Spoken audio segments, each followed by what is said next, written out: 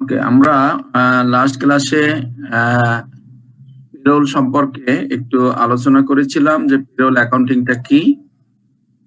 আজকে আমরা কিছু কিছু টার্মগুলো আমরা দেখব, যেমন সিপিএফ কাকে বলে। সিপিএফ হলো কন্ট্রিবিউটরি প্রভিডেন্ট ফান্ড। অর্থ হলো যদি আমি কোনো অঙ্কে সিপিএফ দেখি তখন বুঝতে হবে যে it is a contributory provident fund. এবং কন্ট্রিবিউটরি প্রভিডেন্ট ফান্ড বলতে বোঝায় যেখানে এমপ্লয়ার এবং এমপ্লয়ি সমান পরিমাণ টাকা কন্ট্রিবিউট করে যে ফান্ডে, সেই ফান্ডকে বলা হয় সিপিএফ ফান্ড। যেমন এমপ্লয়ার যদি 10 টাকা দেয়, 10% দেয়, তাহলে এমপ্লয়িও 10% দেবে। এখন সেই 10% যদি 500 টাকা হয়, উভয় 500 টাকা দেবে, ফান্ডে টোটাল 1000 টাকা জমা হবে। এটাকে বলা হয় সিপিএফ। এবং সে যখন রিটায়ার্ড করবে তখন ওই টাকাটা এমপ্লয়ি প্রাপ্য হবে আর কি। এটাকে আমরা বলি সিপিএফ। নর্মালি সিপিএফ সাধারণত বেসিকের 10%-এর বেশি হয় না। যার যা বেসিক 10% কন্ট্রিবিউট করতে হয় এই ফান্ডে। আর না করেও পারা যায়। আপনি যদি ইচ্ছা করেন যে না আপনি কন্ট্রিবিউট করবেন না, ভালো কথা, কম্পালসারি না। আপনি করলে কোম্পানি দেবে, আর আপনি না করলে কোম্পানিও দিবে না। তো কাজে ইটস ডিপেন্ড আপন দি এমপ্লয়ি। সে দিলে তখন কোম্পানিও দিবে।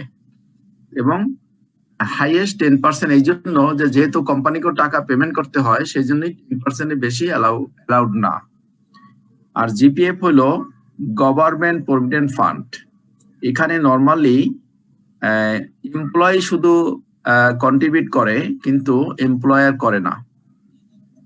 এখানে এমপ্লয় বলতে সাধারণত গভর্নমেন্টকে বোঝাচ্ছে, গভর্নমেন্ট ডিপার্টমেন্টকে বোঝাচ্ছে, যে সেই যে সমস্ত ডিপার্টমেন্ট, গভর্নমেন্ট ডিপার্টমেন্ট, তারা সাধারণত কোনো টাকা এই ফান্ডে কন্ট্রিবিউট করে না। এমপ্লয়ি সে নিজেই শুধু কন্ট্রিবিউট করে, সে 10% দিক বা 15% দিক, সেটা সে কন্ট্রিবিউট করবে এবং তার উপরে ইন্টারেস্ট সে প্রাপ্য হবে, কিন্তু গভর্নমেন্ট কোনো টাকা দেয় না। এটাকে বলা হয় জিপিএফ। তাহলে সিপিএফ এবং জিপিএফ এর মধ্যে পার্থক্য হলো যে সিপিএফ হলো বোথ কন্ট্রিবিউটরি ফান্ড, আর জিপিএফ হলো সিঙ্গেল কন্ট্রিবিউটরি ফান্ড। আর আমরা সংক্ষেপে ইএল বলি। ইএল মানে আর্ন লিভ। আর্ন লিভ হলো যে সাধারণত 11 দিন যদি কর্মদিবস থাকে, তাহলে 11 দিন কর্মদিবসের জন্য একদিন যে ছুটি জমা হয় সেটাকে বলা হয় আর্ন লিভ। প্রতি 11 দিনে একদিন, সেটাকে আমরা বলি আর্ন লিভ। এই আর্ন লিভটা নর্মালি জমা হতে থাকে। কোনো বিশেষ প্রয়োজনে যদি 10 দিনের বেশি প্রয়োজন হয়, তখন সেই এমপ্লয়ি এখান থেকে ছুটি ভোগ করতে পারে। আর যদি লিভটা তো মনে হয় যে এটা কোম্পানি বেসিস, মানে যে কোম্পানি তাদের অনুযায়ী দেয়। কোনো কোম্পানি 18 দিন, কোনো কোম্পানি 11 দিন, এরকম না স্যার? নাকি 11 দিনেরই? 11 দিনে একদিন। এটা সাধারণত গভর্নমেন্ট, কর্পোরেশন, বোর্ড এই সমস্ত ক্ষেত্রে এটা প্রযোজ্য, কোনো প্রাইভেট কোম্পানিতে না। এটা ওকে স্যার। এটা হলো আর্ন লিভ, মানে প্রতি 11 কর্মদিবসের জন্য একদিন জমা থাকে। যদি এমপ্লয়ি সে তার বিশেষ প্রয়োজনে যদি দরকার হয়, সে এখান থেকে এনজয় করতে পারে। এবং এইটা বছরে যদি একদিন হয়, তাহলে 11 দিনে যদি একদিন হয়, বছরে হবে কতদিন? বছরে কতদিন হয়? 33 দিন স্যার। 33 দিন। প্রতি বছরে 33 দিন জমা থাকে। 2 বছর চাকরি করলে 66 দিন জমা থাকে। এখন অনেক জায়গায় আবার ইএল যদি এনজয় না করে, অর্থাৎ এমপ্লয় যদি ভোগ না করে, ইন দ্যাট কেস এটাকে ক্যাশ করতে পারে। ক্যাশ মানে হলো যদি তার মানে 66 দিন হয়, তাহলে সে 66 দিন বিক্রি করতে পারবে এবং একদিনের 66 দিনের সে বেতনটা পাবে। অর্থাৎ এখানে বেতন বলতে বেসিক বুঝায়। একদম যে বেসিক, সেই বেসিকের একদিনে যা হবে, যদি সে 66 দিন বিক্রি করে তো 66 দিনে যা হবে তাই পাবে। যদি 30 দিন বিক্রি করে তার মানে 1 মাসের বেসিক পাবে। যদি 60 দিন বিক্রি করে তার মানে 2 মাসের বেসিক পাবে। আর সিএল হলো সাধারণত, এটাকে আমরা বলি ক্যাজুয়াল লিভ। ক্যাজুয়াল লিভ হলো গভর্নমেন্ট প্রতি বছরের প্রথমে ডিক্লেয়ার করে যে এই বছরে কতদিন সিএল হবে, ক্যাজুয়াল লিভ হবে। ক্যাজুয়াল লিভ হলো সাধারণত গভর্নমেন্ট বা সেমি গভর্নমেন্ট বা অটোনমাস বডি যেগুলো আছে সেখানে সাধারণত 20 দিন সিএল কাউন্ট করা হয়, 20 দিন গভর্নমেন্ট অ্যালাউ করেছে। এবং এই সিএল ভোগ করার নিয়মটা হলো যে আপনি হঠাৎ যদি একদিন অফিসে আসতে না পারেন তাহলে অফিসকে জানাবেন যে আপনি অসুস্থ হয়ে গেছেন, হঠাৎ করে অফিসে আসতে পারতেছেন না। আর যদি আগে থেকে জানা থাকে যে আপনার ছুটির প্রয়োজন, সে আপনি শুক্র শনিবার বন্ধ, তার সাথে 2 দিন ছুটি নিয়ে বাড়িতে যাবেন, রবি সোমবার আপনি জানেন যে আপনি বাড়ি যাবেন, যে আপনি আগের থেকে 2 দিনে অ্যাপ্লাই করে ছুটি নিয়ে নিতে পারেন, এটাকে বলা হয় ক্যাজুয়াল লিভ। যদি কারণ জানা থাকে তাহলে আগের থেকে নিতে হবে, আর কারণ যদি জানা না থাকে তাহলে যখন সমস্যা হবে তখন সেটা নেওয়া যায়। এটাকে বলে সাধারণত ক্যাজুয়াল লিভ। এটা বছরে হইলো সাধারণত এই বছরে 20 দিন। আরেকটাকে বলে হাফ পে। জি স্যার, স্কুল কলেজের আর এর আলাদা না ক্যাজুয়াল লিভটা? না, না, স্কুল মানে গভর্নমেন্ট স্কুলে একই নিয়ম 21 দিন। মানে হ্যাঁ, স্কুলের কিছু কিছু বন্ধতা আছে, ওগুলা ক্যাজুয়াল লিভ বলে না, ওগুলাকে আপনার লিভ বলে আর কি। যেমন অকেশনাল লিভ গুলা বলে আর কি। যেমন ঈদের সময় যে ছুটিগুলো হয় বা গ্রীষ্মকালীন যে ছুটিগুলো দেয়, স্কুল কলেজের অবশ্যই নিয়মটা আলাদা। স্যার, এটা বলতেছি প্রতিষ্ঠানের আর ওই স্কুল কলেজ আলাদা না, এটা মিলবে না, এটা মিলবে না। স্কুল কলেজ তো বছরের মধ্যে 12 মাসই 12 মাসের মধ্যে 10 মাসই বন্ধ থাকে। জি স্যার। স্যার সিক লিভটা কি ক্যাজুয়াল লিভের মধ্যে পড়বে? না, সিক লিভটা নরমালি ইএল এর ভিতরে পড়ে। ইএল এও পড়ে না, সেটা প্রথম পড়ে হাফ ডে। হাফ ডে যদি কভার মেডিকেল লিভটা সিক লিভ না? হ্যাঁ, মেডিকেল লিভ, মেডিকেল লিভটা তো কোনো অ্যাক্সিডেন্ট হলে বা কোনো দুর্ঘটনা ঘটলে সেই ক্ষেত্রে হয়তো মেডিকেল লিভটা দেয়। জি, মেডিকেল মানে হলো সিক, অসুস্থ। আচ্ছা, অসুস্থ যদি 10 দিনের বেশি হয় তাহলে যাবে সিএল থেকে, আর অসুস্থতা যদি 10 দিনের কম হয় তাহলে যাবে সিএল থেকে, আর যদি 10 দিনের বেশি হয় তাহলে যাবে হাফ থেকে। আচ্ছা, ওকে স্যার। স্যার ইএল যেটা বললেন এটা স্যার কয়দিন হলে যেন বেচা যায় বললেন স্যার, বিক্রি করা যায়? একদিন হলেও বিক্রি করা যায়। আচ্ছা তো জমবে প্রতি 11 দিনে একদিন জমা হবে। এখন আপনার সে যতদিন জমা থাকবে ততদিনই আপনি বিক্রি করতে পারবেন। স্যার ইএলটা কি বছরের পর বছর এটা জমতে পারে? হ্যাঁ, পারে এবং অনেক জায়গায় আবার এটাকে করে দেয় আর কি, লিমিটেশন করে দেয়। যেমন অনেক জায়গায় 180 দিন মানে 6 মাস জমা থাকতে পারে। এক এক জায়গায় এক এক নিয়ম আর কি। তবে একদম যারা একদম অরিজিনাল গভর্নমেন্ট সেখানে জমা থাকে। স্যার, এটা কি সব প্রতিষ্ঠানে, গভর্নমেন্ট নন গভর্নমেন্ট নাকি শুধু government? Government, autonomous, corporation, board, government oriented company, সব জায়গায়। যেমন আমরা হলাম পাওয়ার গ্রিড কোম্পানি লিমিটেড, আমাদের হলো 180 দিন, এর বেশি হলে আবার সেটা নষ্ট হয়ে যায়। যে 180 দিন হলেই মানুষ বিক্রি করে ফেলে। আরেকটা হলো ক্যাজুয়াল লিভ তো আলাদা। হাফ পে মানে হলো প্রতি 12 দিনে একদিন জমা থাকবে। এটা সাধারণত কোনো বিক্রি করা যায় না। এটা একমাত্র যখন রিটায়ারমেন্ট হয় তখন 6 মাস পর্যন্ত বিক্রি করা যায়, এর বেশি থাকলে সেটা নষ্ট হয়ে যায়। এবং যদি কোনো সিক হোক, মেডিকেল হোক, এক্সেপ্ট ম্যাটারনিটি বাদে যদি কোনো লিভ এনজয় করতে হয়, সব লিভই সাধারণত হাফ থেকে যায় নরমালি। কারণ এইটার এগেনস্ট এটা যেহেতু বিক্রি করা যায় না এবং 6 মাসের বেশি হলে নষ্ট হয়ে যায় সেই জন্য। আর এই ইএল তো বিক্রি করা যায়। This is the difference. এবং ইএল হলো 11 দিনে একদিন আর হাফ হলো 12 দিনে একদিন। দেন হলো মেডিকেল লিভ। মেডিকেল লিভ বুঝতেই পারতেছেন, যদি কেউ অসুস্থ হয়ে যায় বা একটা কোশ্চেন ছিল। জি, 12 দিনে একদিন হলে কি একদিন মানে আধা দিন, মানে ওটা বুঝতেছি না। 12 দিনে কি আধা দিন? 12 দিনে একদিন জমা হবে। একদিন জমা হবে, মনে করেন এখন আপনি 60 দিন জমা আছে, হাফ 60 দিন জমা আছে। এখন আপনি যদি বিক্রি করেন 60 দিন, যখন রিটায়ার করবেন তখন যদি বিক্রি করেন তাহলে 60 দিন বিক্রি করলে আপনি 30 দিনের বেতন পাবেন। স্যার, এটা 12 দিনের মধ্যে কি ফ্রাইডে স্যাটারডে বাদে 12 দিন? না, এই ক্যালেন্ডার ডে আর কি। আমরা সাধারণত 365 দিনই ধরা হয় যে ডিউটি ডে আর কি।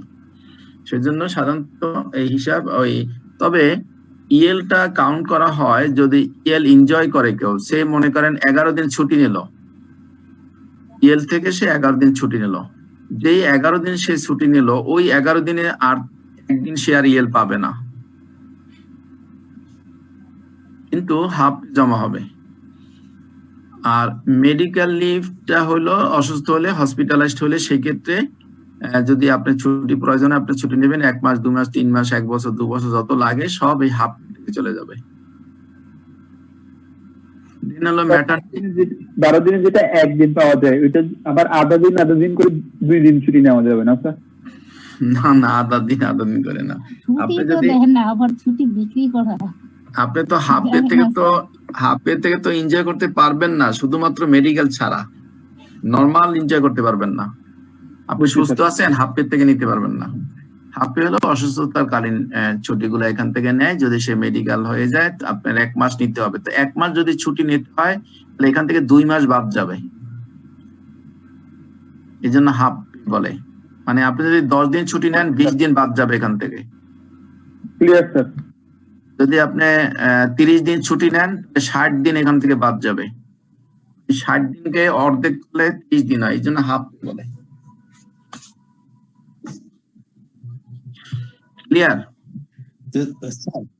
ওকে। আচ্ছা, মনে করেন যে এটা যদি জমতে রিটায়ারমেন্টে এই হাফ ডেটা কাউন্ট করে, তাহলে আমার প্রথমের দিকে যদি হয়ে যায় তখন কিভাবে কাউন্ট করবে? কি প্রথম দিকে হয়ে যায়? জি স্যার, বুঝলাম না আপনার কোশ্চেনটা। মানে আপনি কথাটা হলো যে এটা জমে রিটায়ারমেন্টের আগে এটা অ্যাডজাস্ট করতে পারবে এই হাফ ডেটা, রিটায়ারমেন্টের পরে অ্যাডজাস্ট করতে পারবে। 6 মাস পর্যন্ত সে এখান থেকে 6 মাস পর্যন্ত সে ক্যাশ করতে পারবে আর কি। মানে 6 মাস হলো, দ্যাট মিনস 12 মাসের হাফে জমা থাকলে 6 মাস পাবেন আর কি। 365 দিন থাকলে তার অর্ধেক 6 মাস পাবেন রিটায়ারমেন্টে যখন যাবেন তখন, তার আগে না। স্যার এগুলার জন্য কি প্রমাণপত্র দেখাইতে হয় না? নিতে পারবে। জি, আমি প্রমাণপত্র দেখাইতে হবে না যে আমার এতদিনের ছুটি আছে? এগুলা আপনার কাছে কোনো প্রমাণ নাই, এগুলা প্রতিষ্ঠান হিসাব রাখে। আপনার পার্সোনাল ফাইল থাকে, আপনার নামে এই ছুটিটা জমা হতে থাকে, প্রতিষ্ঠান হিসাব দেবে। আপনি যত হিসাব দেন তাতে হবে না। প্রতিষ্ঠান যদি বলে, প্রতিষ্ঠান মানে একটা অ্যাডমিনিস্ট্রেটিভ ডিপার্টমেন্ট থাকে, একটা এইচআর ডিপার্টমেন্ট থাকে, হিউম্যান রিসোর্স, ওরা এই হিসাবগুলো করে রাখে। কতদিন সিএল আছে আপনার, কতদিন ইএল আছে, কতদিন হাফ পে আছে, সব ওরা হিসাব রাখে। ছুটি হিসাব রাখার জন্য লোক নিয়োগ করা হয়, তারা যেটা সার্টিফাই করবে সেইটাই হলো আপনার, সেই অনুসারে আপনার পেমেন্ট হবে। দেন ম্যাটারনিটি লিভ সাধারণত এখন পর্যন্ত ম্যাটারনিটি লিভ আছে, ভবিষ্যতে শুনতেছি প্যাটার্ন লিভও চলে আসবে। কারণ আপনার যখন মহিলারা অ্যাডভান্স পিরিয়ডে থাকে তখন সাধারণত আপনার 6 মাস, হাইয়েস্ট 6 মাস সে ছুটি ভোগ করতে পারে। এটাকে বলা হয় ম্যাটারনিটি লিভ। এটা একটা আলাদা লিভ, এটা হাফ পে থেকেও যাবে না, ইএল থেকেও যাবে না, সিএল থেকেও যাবে না। এটা শুধুমাত্র মহিলাদের জন্য, মেয়েদের জন্য 6টা মাস গভর্নমেন্ট আলাদা একটা ছুটি অ্যাপ্রুভ করে দিয়েছে, 6 মাস হাইয়েস্ট। এটাকে বলা হয় ম্যাটারনিটি লিভ। এটা সাধারণত সে সারা জীবনে 2 বার পাবে, 2 বারের বেশি পাবে না। স্যার 6 মাস কি উইথ পে? হ্যাঁ, উইথ পে, ফুল পেমেন্ট পাবে, কোনো 1 পয়সাও কাটা যাবে না। কিন্তু সে 6 মাস ছুটি ভোগ করতে পারবে অ্যাডভান্স পিরিয়ডে। তবে সেগুলো কাগজপত্র পরে সাবমিট করতে হবে আর কি। বা যদি যখন ছুটি যদি প্রাথমিক পর্যায়ে যায় সেই ক্ষেত্রে তো ডাক্তার সার্টিফিকেট, আর যদি পরবর্তী বাচ্চা ইস্যু হওয়ার পরে যায় তাহলে তো আপনার ওই যে ওই হসপিটালের কাগজ টাগজ পাওয়া যায়, সেখান থেকে সার্টিফিকেট জমা দিতে হয় আর কি। এটা তার কর্মজীবনে সর্বোচ্চ 2 বার সে ছুটি ভোগ করতে পারবে। এটা বাংলাদেশের জন্য স্যার 2 বার। জি জি জি। বিদেশে 6 বেশি মাস আছে। তো দেয় না। হ্যাঁ, স্যার, বিদেশে 6 মনে মাস হয় বেশি দেয় আছে। না। 6 মাস দেয় না, আমি তো 9 মাসও দেই, আপনি বলেন 6 মাস দেয় না। স্যার দেয় আমাদের প্রতিষ্ঠানে 6 মান্থ দেয়। আমি একটা 6 স্কুলে মাস জব করতাম, মাত্র 1.5 মাস দিত। কোন কি সরকারি স্কুল না private? Sir English medium. English medium তো আর সরকারের আন্ডারে না, ওরা তো আর দিবে না। না স্যার, লেবার আইন পালন করতে বাধ্য না স্যার, এটা যে প্রতিষ্ঠান হোক স্যার লেবার আইন তো দেখবে কি পালন আইন? করতে বাধ্য কিন্তু স্যার। সেটা আইনটা দেখবে কে? উইথ পেতে না, 1.5 মাস উইথ পেতে, বাকিটুকু উইদাউট পে। না, আমরা গভর্নমেন্টে 6 মাস, এবং সাধারণত 6 মাসে হয় না, তখন আরো 2-3 মাস নিতে হয়। সেটা আমরা তখন ওই যে ইএল থেকে আমরা কেটে দিই, অথবা ইএল না থাকলে উইদাউট পে করে দেই আর কি। দেন আনঅথরাইজড লিভ। আনঅথরাইজড লিভ হলো যদি সে কোনো আগে থেকে কোনো ছুটি অ্যাপ্রুভ করে যদি সে না যায়, ছুটি ভোগ করে, সেটাকে বলা হয় আনঅথরাইজড লিভ। ধরুন একজনে আজকে 7 দিন ধরে অফিসে আসতেছে না, কিন্তু অফিসকে জানাচ্ছে না, ওইটাকে বলা হয় আনঅথরাইজড লিভ।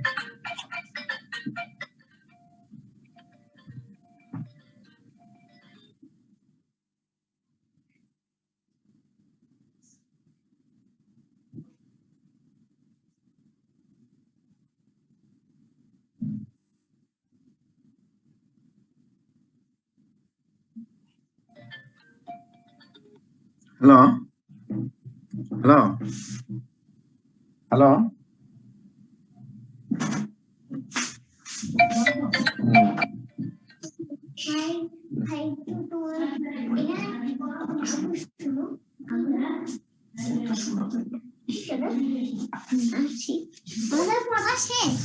আমার খালি পড়া ওকে ওকে বাবা। হ্যাঁ, তাহলে আমরা দেন হলো ওভারটাইম। ওভারটাইমটা হলো অফিস আওয়ারের পরে যদি কেউ অফিস করে। আমার কথা কি শোনা যাচ্ছে? জি স্যার। জি স্যার। আমরা আলোচনা করতেছিলাম ওভারটাইম। ওভারটাইম মানে হলো যদি কেউ অফিস আওয়ার মানে ডিক্লার যে আওয়ারটা, দ্যাট মিনস গভর্নমেন্টে সাধারণত 9টা 5টা, এই 9টা 5টার পরে, 5টার পরে বা 9টার আগে যদি কেউ কোনো অফিস করে, সাধারণত কর্মচারীরা, কর্মকর্তাদের ক্ষেত্রে এটা হয় না, কর্মচারীরা যদি অফিস আওয়ারের আগে বা অফিস আওয়ারের পরে কখনো কোনো ডিউটি করে, সেজন্য তারা একটা অ্যালাউন্স পায়, যেটাকে বলা হয় ওভারটাইম। এটা সাধারণত কর্মচারীরা পায়। যেমন ড্রাইভার, আমি যদি অফিসে 9টায় যাই, আমার ড্রাইভার আমার বাসায় আসে 8টায়, ওর অফিস টাইম ছিল 9টা 5টা, কিন্তু ও আগে 1 ঘন্টা আগে আমাকে নেওয়ার জন্য আসছে, সো দ্যাট ওর ওই 1 ঘন্টা ওভারটাইম হয়ে যায়। আবার 5টা পর্যন্ত অফিস পরে আমি ওর বাসায় আসি, আমাকে নিয়ে আসে, তার মানে ওখানে আবার 1 ঘন্টা অটোমেটিক্যালি সে পেয়ে যায় অফিস আওয়ারের পরে। সাধারণত কিছু কিছু কর্মচারী আছে যাদের ডিউটি পড়ে যায় অফিস আওয়ারের পরে, এই জন্য তাদেরকে ওভারটাইম দিতে হয় অ্যাজ পার লেবার ল। তো সেটাকেই আমরা বলি, অর্থাৎ অফিস আওয়ারের পরে বা আগে যদি কোনো ডিউটি করে, এক্সট্রা ডিউটি, সেটাকে আমরা বলি ওভারটাইম। এবং এই ওভারটাইম 2 রকমের পরিশোধ করা যায়, একটা হলো সিঙ্গেল রেট আর একটা হলো ডাবল রেট।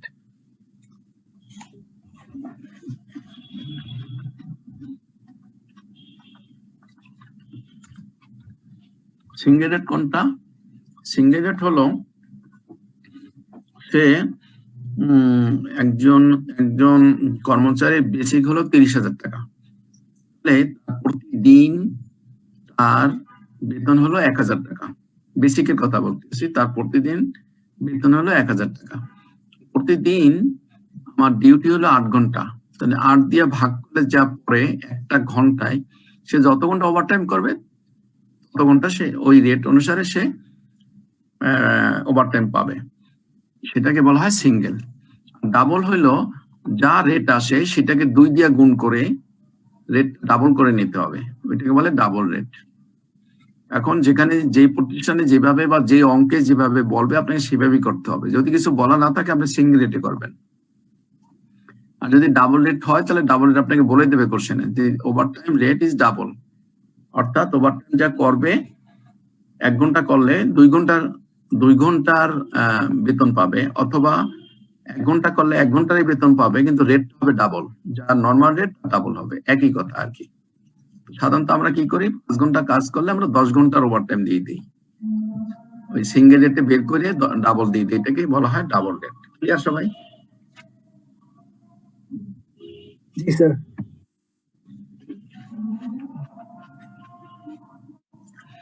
এখন আমরা কিভাবে বেতন বের করব? প্রথম আইটেমটা হলো বেসিক পে। সবকিছুর পরিচয় হলো বেসিক পে দিয়ে। আপনি সাধারণত গভর্নমেন্ট 20টা স্কেল ফলো করে, বর্তমানে 20টা স্কেল তারা ফলো করে 1 নম্বর স্কেল থেকে 20 নম্বর স্কেলে। তো 11 থেকে 20 হলো সাধারণত কর্মচারী এবং 1 থেকে 10 হলো সাধারণত আপনার হলো কর্মকর্তা। এবং প্রত্যেকটা স্কেলের এগেইনস্টই একটা বেসিক দেয়া থাকে। বেসিক মানে হলো যা কিছু হিসাব হবে বেসিকের ভিত্তিতে হবে। যা কিছু হিসাব হবে বেসিকের ভিত্তিতে হবে। আমরা একটু আগে আলোচনা করেছি যে সিপিএফ 10%, এই 10% বলতেই বোঝায় বেসিকের 10%, অন্য কিছু না। জি, এবং এই বেসিকটা নির্ধারণ হয় ওই যে একটু আগে বললাম, যেমন গভর্নমেন্টে 20টা স্কেল আছে। তাহলে সাধারণত আমরা যারা ভদ্র সমাজ আছে, তখন একটা মেয়ের প্রপোজাল আসলো, আমরা যারা ভদ্র সমাজ আমরা ছেলেকে জিজ্ঞেস করি বা ছেলে পক্ষকে জিজ্ঞেস করি যে ছেলে কোন গ্রেডে চাকরি করে। যদি বলে সে 5th গ্রেডে চাকরি করে, তখন আমরা বুঝতে পারি যে 5th গ্রেড মানে স্ট্যাটাসটা কি, সে তার বেসিক কত, সেগুলো বোঝা যায়। হ্যাঁ, কারণ গভর্নমেন্টের স্কেল গুলো তো ফিক্সড, কাজে বোঝা যায় যে সে তার বেসিকটা এত। তো বেসিক যদি জানা যায় তাহলে টোটাল বেতনটা হিসাব করা যায়, যে অ্যাকচুয়ালি সে কত পেতে পারে সেটাও হিসাব করা যায়। আর ডিটেলস আর জিজ্ঞেস করতে হয় না। এই জন্য সাধারণত আমরা জিজ্ঞেস করি যে ছেলে কোন গ্রেডে চাকরি করে, তাহলে বুঝতে পারি যে আমি বুঝতে পারি যে তার টোটাল ইনকামটা কত হতে পারে। আর কেউ জিজ্ঞেস করে না যে ছেলে কত বেতন পায়, হ্যাঁ, বা মেয়ে কত বেতন পায়। এই কত বেতন পায় এটা নর্মালি যারা শিক্ষিত সমাজ তারা জিজ্ঞেস করে না, তারা বলে কোন গ্রেডে চাকরি করে। তো কাজেই এইরকমের 20টা গ্রেড আছে, সেই গ্রেডের অনুসারে আবার বেসিকটা ঠিক করা আছে, নির্ধারণ করা আছে। এটাকে বলা হয় যে মানে যার উপরে ভিত্তি করে টোটাল বেতনটা হিসাব করা হয়, সবকিছু বেনিফিটটা হিসাব করা হয়, সেটাকে বলা হয় বেসিক পে। ক্লিয়ার সবাই? জি স্যার। ওকে, নাও সেই বেসিক এর উপরে হাউস রেন্ট, যেমন গভর্নমেন্ট বলে দেবে হাউস রেন্ট ধরেন 45%, তাহলে 45%ই শুধু বলবে, আর কিন্তু বলবে না যে বেসিকের 45%, শুধু বলবে 45%। মানে বুঝতে হবে বেসিক যা আর 45%। যখনই কোনো কিছু বলবে না, শুধু পার্সেন্টেজ বলবে, তখনই ভাববেন বেসিকের পার্সেন্টেজ। হ্যাঁ, তাহলে হ্যাঁ, অনেক রকমের আইটেম বেতন পেতে পারে, যেমন বেসিক পাবে অবশ্যই, তারপর হাউস রেন্ট এত পার্সেন্ট, ডিয়ারনেস অ্যালাউন্স এত পার্সেন্ট, কনভেন্স অ্যালাউন্স এত পার্সেন্ট, মেডিকেল অ্যালাউন্স পার্সেন্টেজ হতে পারে, অ্যামাউন্ট হতে পারে, এডুকেশন অ্যালাউন্স, যেমন প্রতি বাচ্চার জন্য 500 টাকা করে গভর্নমেন্ট দেয়। না সরি, প্রতি বাচ্চার জন্য 100, 1000, 2 বাচ্চার জন্য 1500। পরে ওভারটাইম প্রিমিয়াম, ওভারটাইম প্রিমিয়াম যেটা বললাম যে ডাবল হলে ডাবল, সিঙ্গেল হলে সিঙ্গেল, যার যা ওভারটাইম যদি আসে সেইভাবে। গ্যাস অ্যালাউন্স পেতে পারে, হ্যাঁ, অনেক অফিস আছে গ্যাস অ্যালাউন্স দেয়। পরে ইলেকট্রিসিটি অ্যালাউন্স পেতে পারে, যারা ইলেকট্রিসিটি কোম্পানিতে চাকরি করে তারা ইলেকট্রিসিটি অ্যালাউন্স পায়। সার্ভেন্ট অ্যালাউন্স পেতে পারে, অনেকে সার্ভেন্ট পায় অফিস থেকে, সেই বাবদ একটা টাকা পেতে পারে। সুইপার অ্যালাউন্স পেতে পারে, সিকিউরিটি অ্যালাউন্স পেতে পারে, ওয়াশিং অ্যালাউন্স পেতে পারে, ফেস্টিভ্যাল বোনাস পেতে পারে। ফেস্টিভ্যাল বোনাস হলো যে আমরা যে 2 ঈদ আছে আমাদের, একটা রোজার ঈদ, একটা হলো কোরবানির ঈদ, সেই 2 ঈদে সাধারণত 2টা বোনাস পায়। এই যে বললাম দুইটা মানেই হলো 2টা বেসিক। স্যার এখন তো আবার নববর্ষ ভাতা দেয় গভর্নমেন্ট, সেটা হলো নববর্ষ ভাতা, সেটা কিন্তু ফেস্টিভ্যাল বোনাস না। হ্যাঁ, সেটা হলো নববর্ষ ভাতা, মানে হলো 20% দেয়, সেটাও 20%। নববর্ষ ভাতা 20%, দ্যাট মিন্স বেসিকের 20%। আর যা বেসিক তার 20%। ফেস্টিভ্যালে পড়বে না? না, এটা ফেস্টিভ্যালে পড়বে না, ওটার নামই হলো বাংলা নববর্ষ ভাতা। নববর্ষ ভাতা, ওটার নামই হলো নববর্ষ ভাতা। ফেস্টিভ্যালে সাধারণত দুইটা পরে, একটা হলো রোজার ঈদের বোনাস, আর একটা হলো কোরবানি ঈদের বোনাস, আর একটা হলো ইনসেন্টিভ বোনাস। ইনসেন্টিভ বোনাস হলো আপনাকে যদি কোনো টার্গেট দিয়ে দেয় যে আপনি এই কাজটা করবেন এত দিনের ভিতর, যদি আপনি সেই কাজটা করতে পারেন তাহলে হয়তো আপনাকে কোম্পানি একটা বোনাস দেবে, একটা বেসিক দেবে বা দুইটা বেসিক দেবে, সেটা আপনার সাথে আগে এগ্রিমেন্ট হবে যে তুমি যদি এই কাজটা করো তাহলে তুমি ইনসেন্টিভ পাবা যদি করতে পারো, আর যদি করতে না পারো তাহলে তোমার বেতন কাটা যাবে। দুইটাই হতে পারে, বেতন কাটাও যেতে পারে, বেতন অতিরিক্ত পেতেও পারে। যে টার্গেট অনুসারে যে কাজটা করে এবং বিনিময়ে যে বোনাসটা পাওয়া যায় সেটাকে বলা হয় ইনসেন্টিভ বোনাস। কমিশন অনেক সময় আছে যে বেতনও পায়, আবার তার সাথে একটা কমিশনও পায়। যেমন মনে করেন যারা এই প্রোডাকশন কোম্পানিতে থাকে, সেলস ডিপার্টমেন্টে, তাদেরকে বলে যে তুমি এত বেসিক ঠিকই পাবা, কিন্তু তুমি যদি 1 লাখ টাকার জিনিস বিক্রি করতে পারো সেখানে তুমি 1% কমিশন পাবা। এগুলাকে বলা হয় কমিশন, যে বেসিক ছাড়াও যদি সে এক্সট্রা কিছু করতে পারে একটা কমিশন পায়। যারা ব্যাংকে চাকরি করে তাদেরকে হয়তো বলে যে তুমি যদি এফডিআর আনতে পারো তুমি 1% কমিশন পাবা বা 0.5% কমিশন পাবা। কেউ হয়তো 10 কোটি টাকার এফডিআর নিয়ে আসলো, ওখান থেকে সে একটা কমিশন পাইলো। এই যে ইনকাম আমার সবগুলো যোগ করলে যতগুলো আইটেম বলছে, এর বাইরেও আইটেম থাকতে পারে, এর ভিতরে আরো এর চেয়ে কম আইটেম থাকতে পারে, এর চেয়ে বেশি আইটেম থাকতে, এগুলোও থাকতে পারে। এক কথায় মনে রাখবেন, যেখানে শুধু পার্সেন্টেজ থাকবে মনে করবেন বেসিকের পার্সেন্টেজ। সবগুলোকে যোগ করলে যেই বেতনটা হবে সেটাকে আমরা বলি gross, total gross earning. Gross, কারণ এখান থেকে কিছু ডিডাকশন হবে। সাধারণত কি কি ডিডাকশন হয়? ডিডাকশন হয় যেমন যদি ট্যাক্স, যদি আপনাকে ট্যাক্স দিতে হয় যে কোম্পানি আপনার কাছ থেকে ট্যাক্সটা কেটে রাখবে। যদি 12 মাসে 12,000 টাকা ট্যাক্স হয়, প্রতি মাসে 1,000 টাকা করে ট্যাক্স কেটে রাখবে আপনার বেতন থেকে। আর যদি কোম্পানি দেয় তাহলে কাটবে না। বলে সিপিএফ লেভেল বলছিলাম একটু, সিপিএফ যদি আপনি দেন 10%, বেসিকে 10%, তাহলে সেটা কেটে রাখবে এবং পরবর্তী পর্যায়ে কোম্পানি আবার ওই 10% দেবে। জিপিএফ, তারপরে ইন্স্যুরেন্স প্রিমিয়াম লেভেল। অনেক সময় আছে যে গ্রুপ ইন্স্যুরেন্স করে, যে অ্যাক্সিডেন্ট যদি হয়, অ্যাক্সিডেন্ট হলে বা চাকরিরত অবস্থায় যদি কেউ মারা যায় তাহলে ইন্স্যুরেন্স কোম্পানি থেকে ইন্স্যুরেন্স পাওয়া যায়। ওই জন্য সাধারণত সবার নামে একটা গ্রুপ ইন্স্যুরেন্স করে বা লাইফ ইন্স্যুরেন্স করে। আবার যারা ব্যাংকে চাকরি করে তাদের আবার ফাইডালিটি একটা ইন্স্যুরেন্স করে, যেমন ক্যাশের সাথে যারা লিঙ্কেজ থাকে তাদের যে ইসের উপরে একটা ফাইডালিটি একটা ইন্স্যুরেন্স করে, সেটা প্রিমিয়ামটা এখান থেকে কেটে রাখবে আপনার বেতন থেকে। এনি অ্যাডভান্স, আপনি যদি কোনো অ্যাডভান্স নেন, সেই গাড়ি কেনার জন্য নিতে পারেন, বাড়ি করার জন্য নিতে পারেন, জমি কেনার জন্য অ্যাডভান্স নিতে পারেন অফিস থেকে, বিবাহ করার জন্য অ্যাডভান্স নিতে পারেন, পড়াশোনা করার জন্য অ্যাডভান্স নিতে পারেন, ছেলে মেয়েদের চিকিৎসার জন্য অ্যাডভান্স নিতে পারেন। যে কোনো ধরনের অ্যাডভান্স নিন না কেন, সেটা আবার মাসে মাসে আপনাকে বেতন থেকে কেটে নেবে, সেজন্য বলছে এনি অ্যাডভান্স। দেন সিবিএ কন্ট্রিবিউশন, এটা সাধারণত হলো যারা কর্মচারী তাদের একটা সিবিএ থাকে, মানে সেন্ট্রাল বার্গেনিং এজেন্ট থাকে, ওই সমিতিকে একটা চাঁদা দিতে হয়। যারা কর্মচারী তাদেরকে একটা চাঁদা দিতে হয়, এটা আপনার বেতন থেকে কাটা যাবে। তাহলে এই সব কাটা যে সমস্ত কর্তন আছে সেই সমস্ত কর্তনগুলোকে যোগ করলে আমরা টোটাল ডিডাকশন বলি। আমরা দুইটা ফিগার পেলাম, একটা গ্রস আর্নিং আর একটা পাইলাম টোটাল ডিডাকশন। যদি আমি ডিডাকশনটা মাইনাস করে যেটা পাবো সেটাকে বলা হয় টেক হোম পে অথবা নেট পে। অনেক সময় কোশ্চেনে আসে টেক হোম পে, অনেক সময় আসে নেট পে। কোশ্চেন আছে স্যার। স্যার বেনাভোলেন্ট ফান্ডটা কোথায় যাবে স্যার? হ্যাঁ, বেনাভোলেন্ট ফান্ড কই যাবে? বেনাভোলেন্ট ফান্ড তো ফান্ডেই থাকবে, আপনার বেতন থেকে কাটা যাবে।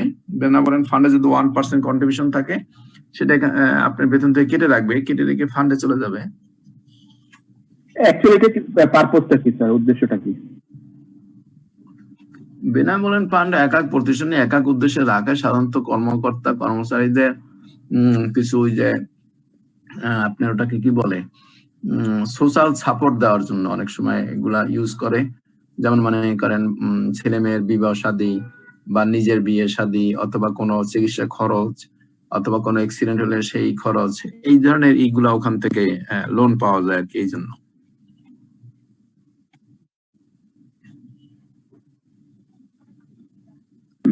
স্যার বোথ সাইড কন্ট্রিবিউশন যে ফান্ডটা আছে ওটা যে জমা রাখে, ওইটা যে একটা ইন্টারেস্ট ইনকাম আছে, ওইটা তো স্যার ইন্টারেস্টে যোগ হবে না স্যার? জি, ওটাও উভয় অংশের যে ইন্টারেস্টটা সেটাও ওই সিপিএফ যার নামে সে তার নামে ওটা জমা হবে।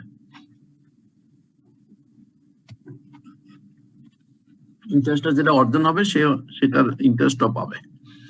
এই জন্য দুইটা ফিগার পায়, একটা প্রিন্সিপাল একটা ইন্টারেস্ট। নিজের প্রিন্সিপাল নিজের ইন্টারেস্ট, কোম্পানির প্রিন্সিপাল কোম্পানির ইন্টারেস্ট, দুইটা যোগ করে টোটালটা পেয়ে যাবে। তাহলে আমরা টেক হোম পে শিখে গেলাম বা নেট পেটা শিখে গেলাম। এখন আমরা একটু আলোচনা করব ফ্রিঞ্জ বেনিফিট। ফ্রিঞ্জ বেনিফিটটা কি? What do we mean by fringe benefit, or what are fringe benefits? Fringe benefits are a form of pay, often money, from employers to employees, and considered compensation for services beyond the employee's normal rate of pay. অর্থাৎ প্রতি মাসে যে বেতনটা পায় মাস ভিত্তিক, সেইটা ছাড়া যে বেনিফিট গুলা এমপ্লয়ি পায় সেটাকে আমরা নর্মালি বলি ফ্রিঞ্জ বেনিফিট।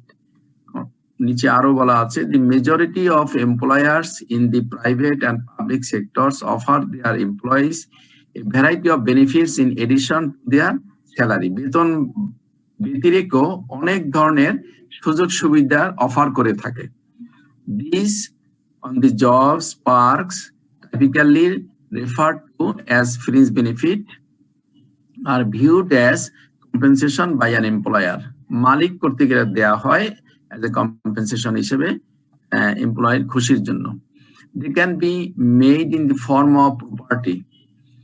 আমার জানা মতে একটা কোম্পানি আছে যে তার এমপ্লয়কে প্রতি একটা লেভেল আর কি, যারা ম্যানেজার নেব, প্রতিটা এমপ্লয়কে একটা করে ফ্ল্যাট কিনে দেয় কোম্পানি। ধরেন 5 বছর বা 7 বছর চাকরি হয়েছে, এরপরে তার নামে একটা সে কোম্পানি একটা ফ্ল্যাট কিনে দেয়, ফ্রি দিয়ে দেয় তার থাকার জন্য। এরকম অনেক কোম্পানি আছে বাংলাদেশে। তাহলে তার মানে কি, আপনি চাকরি করতেছেন 7 বছর হয়ে গেছেন, বা আপনি চাকরি করতেছেন, আপনি চাকরির মধ্যে কোনো অনৈতিক কোনো চিন্তা আপনার ভিতরে আসবে না। কোম্পানির ভালো কিভাবে হবে, কোম্পানির দুটো পয়সা কিভাবে আর্ন করা যাবে, সেই চিন্তাই আপনার ভিতরে থাকবে। কারণ কি, আপনি জানেন যে আপনি থাকার জায়গা কোম্পানি করে দেবে এক সময়। সেই জন্যই কোম্পানির যদি প্র্যাকটিসটা থাকে, সাধারণত দেখা যায় যে সেই ক্ষেত্রে এমপ্লয়িরা আরো সিনসিয়ার হয় সব ক্ষেত্রেই।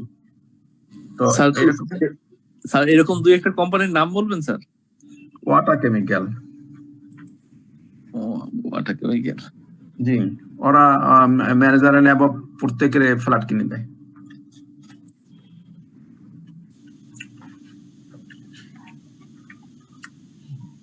তারপরে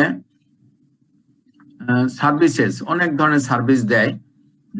মনে করেন সে আপনার একটা পার্সোনাল কার আছে, ওটা কোম্পানির একটা গ্যারেজ আছে, ওখান থেকে আপনি সার্ভিস করতে পারবেন।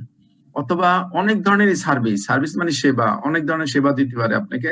সে কোম্পানি একটা করতে পারে, বাচ্চাদের রাখার একটা ব্যবস্থা করতে পারে অফিসে, যাদের ছোট ছোট বাচ্চা আছে ওখানে লোক রেখে বাচ্চাদের দেখাশোনা করা, তাদের খাওয়া দাওয়ার ব্যবস্থা করা, খেলাধুলা করা, একটা ব্যবস্থা কোম্পানি করতে পারে। এটা এক ধরনের সার্ভিস আপনাকে দিচ্ছে কোম্পানি। আপনার আর ওই ছোট বাচ্চা নিয়ে চিন্তা করতে হচ্ছে না, যারা বিশেষ করে ফ্যামিলি, যারা মানে উমেন যারা চাকরি করে আর কি।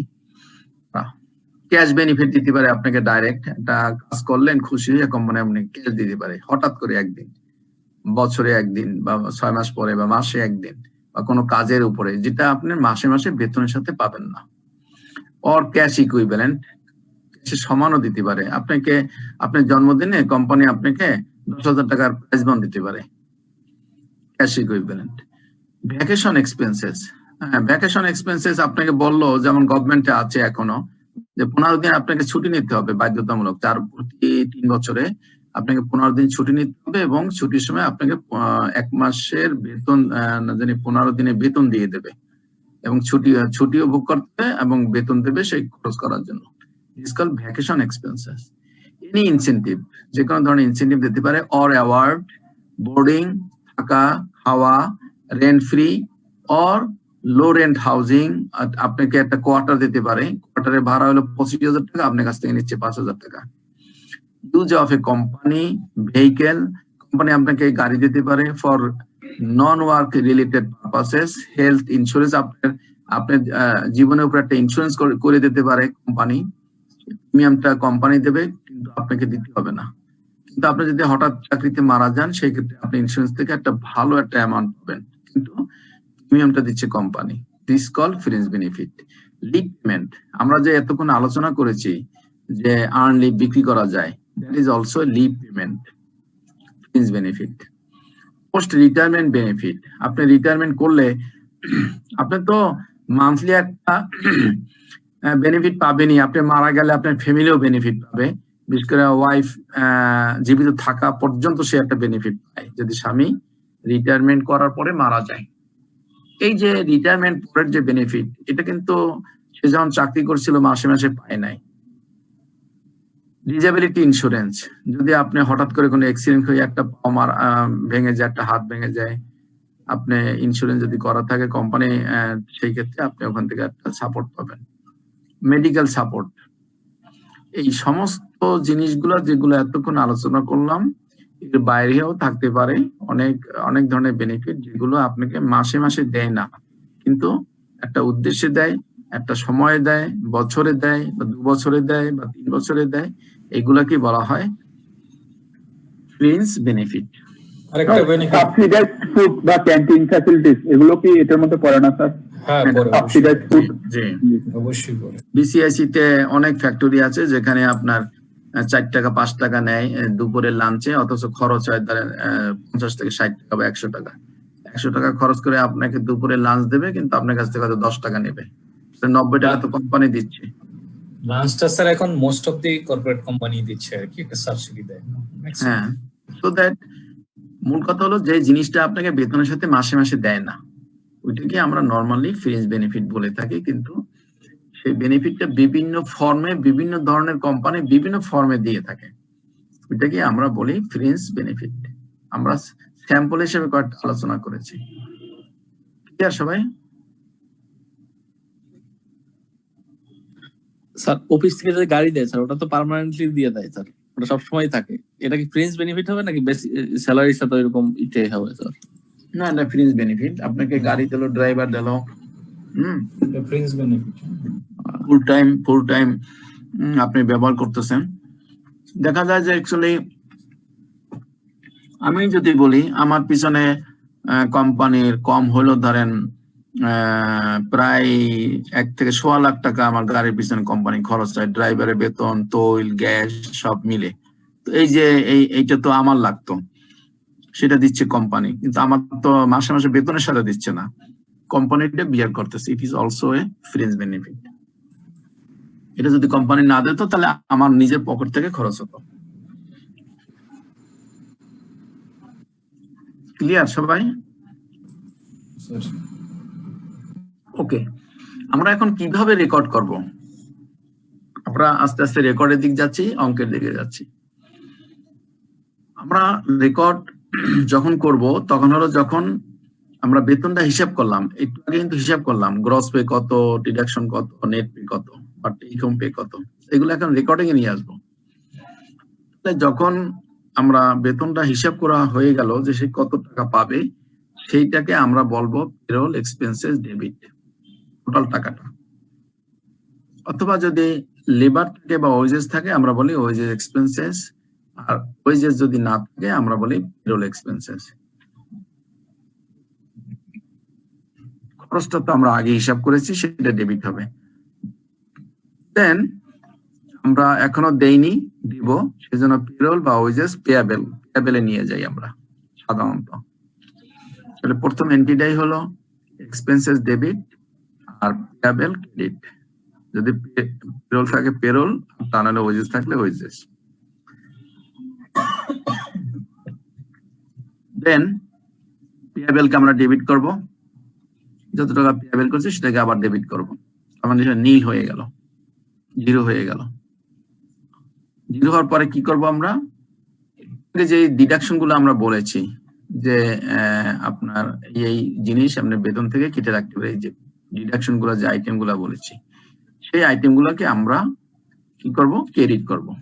যেমন যদি ইনকাম ট্যাক্স থাকে ইনকাম ট্যাক্স পেয়াবেল, যদি আপনার পিএফ থাকে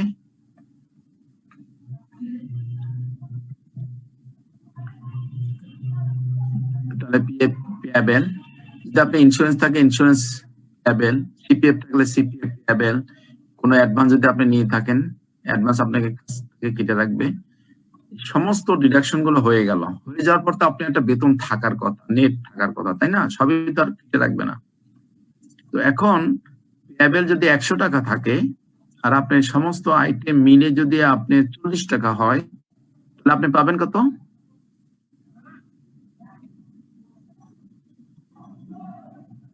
60 টাকা। 60 টাকা। এই 60 টাকা সরাসরি আপনাকে ক্যাশ দিয়ে দিতে পারে অথবা ব্যাংক দিয়ে দিতে পারে, আপনি পেয়ে যাবেন। অনেক জায়গায় অনেক কোশ্চেনে বলে দেয় যে company follows the voucher system. Voucher system হলো এইটা যে পেরোল ডিপার্টমেন্ট কি করে, সে একটা ভাউচার তৈরি করে পেমেন্ট সেকশনে, ক্যাশ সেকশনে পাঠিয়ে দেয় পেমেন্টের জন্য। আবার অনেক কোম্পানি যারা পেরোল হিসাব করে তারাই সরাসরি ব্যাংকে টাকাটা পাঠিয়ে দেয়। দুই রকমের হতে পারে। যদি কোশ্চেনে বলে দেয় যে the company follows the voucher system, সেক্ষেত্রে আপনি ভাউচার পেয়েবলকে আবার ক্রেডিট করতে হবে। আর যদি বলা না থাকে সেক্ষেত্রে ক্যাশ বা ব্যাংকে আমরা ক্রেডিট করব। ক্লিয়ার সবাই? বুঝতে পেরেছেন? বাউচারটা একটু আবার বলেন। ভাউচারটা বলেছি যে অনেক সময় কোশ্চেনে বলে দেয় যে the company follows the voucher system. এই বলার অর্থটা হলো এইটা যে যেই সেকশন পেরোলের হিসাব করে তারা সরাসরি পেমেন্টটা দেয় না, তারা একটা ভাউচার তৈরি করে পেমেন্ট আবার একটা আলাদা ডিপার্টমেন্ট আছে ওদের কাছে পাঠিয়ে দেয়। ওরা তখন ওই ভাউচারের এগেনস্টে পেমেন্টটা দিয়ে দেয়। আবার অনেক কোম্পানি আছে যে না, যারা পেরোল করে তারাই সরাসরি ব্যাংকে দিয়ে দেয়। যদি কোশ্চেনে কিছু বলা না থাকে সেক্ষেত্রে আমি ব্যাংক অ্যাকাউন্ট বা ক্যাশ অ্যাকাউন্টকে সরাসরি ক্রেডিট করব, আর যে সমস্ত ডিডাকশন সেই সমস্ত ডিডাকশন গুলোকে ক্রেডিট করব, করে পেয়েবলকে আউট করে দেব।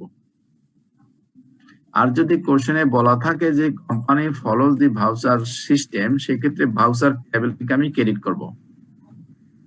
ক্রেডিট করে যারা পেমেন্ট করবে তাদের কাছে পাঠিয়ে দেব। তারা আবার কি করবে, এই ভাউচার পেয়েবলকে ডেবিট করে বা ক্যাশ দিয়ে দেবে অথবা ব্যাংকে টাকা পাঠিয়ে দেবে। আমাদের অর্গানাইজেশন যেটা হয়, আমাদের এই পেমেন্ট গুলি এটা এইচআরডির একটা থাকে, বাজেট থাকে এই পার্ট গুলির জন্য। অ্যাকাউন্টস ডিপার্টমেন্ট এটা এইচআরডির বাজেটের জন্য পাঠিয়ে দেয়। সেই ক্ষেত্রে এখানে রুলসটা কি হবে? অ্যাকাউন্টস পে করে না, এইচআরডি ফান্ড থেকে এটা চলে যাচ্ছে কি আবার বলেন তো? আমাদের অর্গানাইজেশনের যে কাজটা করে, আপনার এইচআরডি ডিপার্টমেন্ট একটা ফান্ড থাকে যেখানে পিএফ গ্র্যাচুইটি এই ফান্ডগুলি থাকে। অ্যাকাউন্টস ডিপার্টমেন্ট একটা ভাউচার দিয়ে দেয় এইচআরডি থেকে। এইচআরডি ডিপার্টমেন্ট ওদের সিস্টেম অনুসারে ওরা ব্যাংকে পে করে এই জিনিস। ভাউচার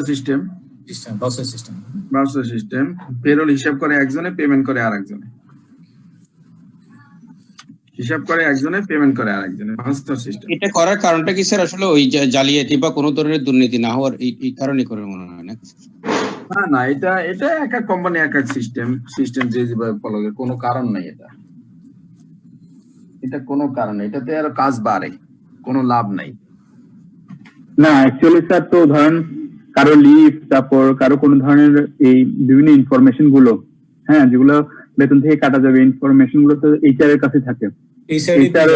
এই জন্য এইচআর এটা প্রিপেয়ার করে তারপর অ্যাকাউন্টসে দেয় স্যার। হ্যাঁ কি স্যার?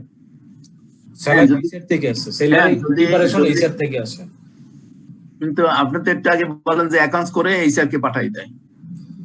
না স্যার, আমাদের এইচআর থেকে অ্যাকাউন্টসের টোটাল পেরোলটা কিন্তু এইচআর থেকে অ্যাকাউন্টসে পাঠায়। সেটা বলেন যে এইচআর আগে করে তারপর অ্যাকাউন্টসে পাঠায়। অ্যাকাউন্টসে পাঠায়। এইচআর সিস্টেম থেকে অ্যাকাউন্টসে আপনি পেরোলটা যায়, ওখানে পরে অ্যাকাউন্টস পে করেন, কিন্তু ওই ফান্ডগুলি আবার এইচআর কে ট্রান্সফার করে দেয় ওই পার্টিকুলার। হ্যাঁ, এটা অনেকটাই আসলে ভাউচার সিস্টেম বলা যায়। আবার যেহেতু আপনার অ্যাকাউন্ট সরাসরি অ্যাকাউন্ট, তো নিশ্চয়ই সেটা আবার হয়তো চেক করে যদি ওকে দেখে তখন হয়তো পেমেন্ট করে দেয়। এই যে এক এক জায়গায় এক এক সিস্টেম। এখন মূল কথা হলো আমি তো আর অর্গানাইজেশন অনুসারে অঙ্ক করব না, আমি অঙ্ক করব কোশ্চেন অনুসারে। তো কোশ্চেনে শুধু বলে দেবে যে ফলো দি ভাউচার সিস্টেম, অথবা কিছু বলবে না। যদি কিছু না বলে তাহলে আমরা সরাসরি ক্যাশ বা ব্যাংক অ্যাকাউন্টকে ক্রেডিট করব। আর যদি কোশ্চেনে বলা থাকে ভাউচার সিস্টেম, সেই ক্ষেত্রে ভাউচার পেয়েবল কে আমরা ক্রেডিট করব।